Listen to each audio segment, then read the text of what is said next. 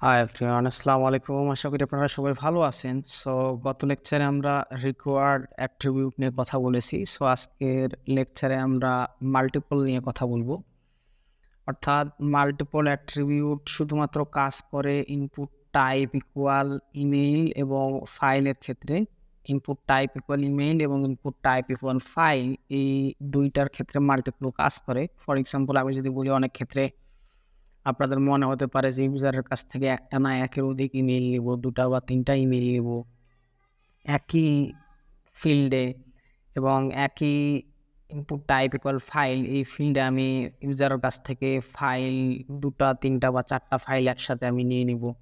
So সেই কাজটা মূলত আমাদের ইনপুট টাইপ ইকুয়াল মাল্টিপল ব্যবহার করে আমরা করতে পারি। সো চলুন আমরা প্র্যাকটিক্যাল এক্সাম্পল নিয়ে নিই।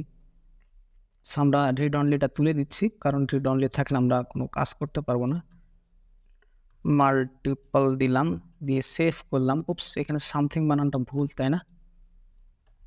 আমরা সেভ করলাম এবং আমরা যদি ফাইল খুঁজি, input type equal file, so খুঁজে বের করার সহজ বুদ্ধি হচ্ছে কন্ট্রোল চাপবেন এবং কন্ট্রোল বাটন চেপে ধরে থাকে এফ চাপ দিবেন, তাহলে উপর থেকে একটা পপ আপ ওপেন হবে এবং আমরা লিখবো ফাইল। তাহলে দেখতে পাবো ইনপুট টাইপ ইকুয়াল ফাইল এখানে চলে আসছে। সো আমরা ক্লোজ করে দিলাম এবং ইনপুটের ভিতরে ফাইলের এখানে আমরা এখানে লিখবো কি মাল্টিপল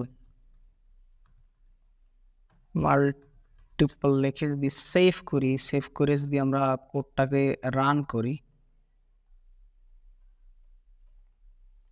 সো আমি কোডটাকে রান করলাম। রান করে আমি দেখতে পাচ্ছি ইমেইল ফিল্ডে আমরা সব কিছু ক্লোজ করে দিচ্ছি। দিয়ে ধরেন যে আমি লিখলাম hi@gmail.com, কমা দিতে হবে। কমা দিয়ে আমরা আরেকটা ইমেল নিব। সো আরেকটা ইমেল দিচ্ছি abu@gmail.com। সো আপনি চাইলে আরও একটা ইমেল দিতে পারেন। আমি আরও একটা ইমেল নিচ্ছি এবং কমা দিয়ে বলতেছি ধরেন sagar@gmail.com দিলাম। দিয়ে যদি আমরা এন্টার বাটন চাপ দিই, তাহলে কিন্তু উপরে যদি আমরা একটু ইউআরএলটা লক্ষ্য করি, তাহলে hi@gmail.com, দেন abu@gmail.com, দেন sagar@gmail.com, অর্থাৎ 3টা মেইল আমাদের সেন্ড হয়ে গেছে, তাই না? আমরা দেখতে পাচ্ছি ইউআরএলে।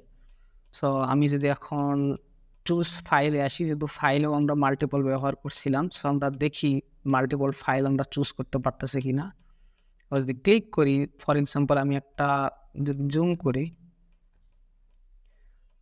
ধরেন আমি একটা ইমেজ নিলাম আর কিছু HTML ফাইল 2টা বা 3টা সিলেক্ট করলাম, করে যদি ওপেন করি, তাহলে দেখবো এখানে যে 4 ফাইলস অর্থাৎ 4টা ফাইল আমরা সিলেক্ট করছিলাম, তাই না? চলে গেছে। সো আমরা যদি এরকম করে সবগুলোকে সিলেক্ট করি, করে যদি ওপেন করি, তাহলে দেখবো যে 10টা ফাইল আমাদের সিলেক্ট হয়ে গেছে। সো আমরা দেখলাম কিভাবে মাল্টিপল অ্যাট্রিবিউট ব্যবহার করে একটা ইউজারের কাছ থেকে একের অধিক ইমেইল এবং একের অধিক ফাইল আমরা নিতে পারি। সো দেখা হচ্ছে পরবর্তী লেসনে। সে পর্যন্ত ভালো থাকবেন, সুস্থ থাকবেন। আল্লাহ হাফেজ।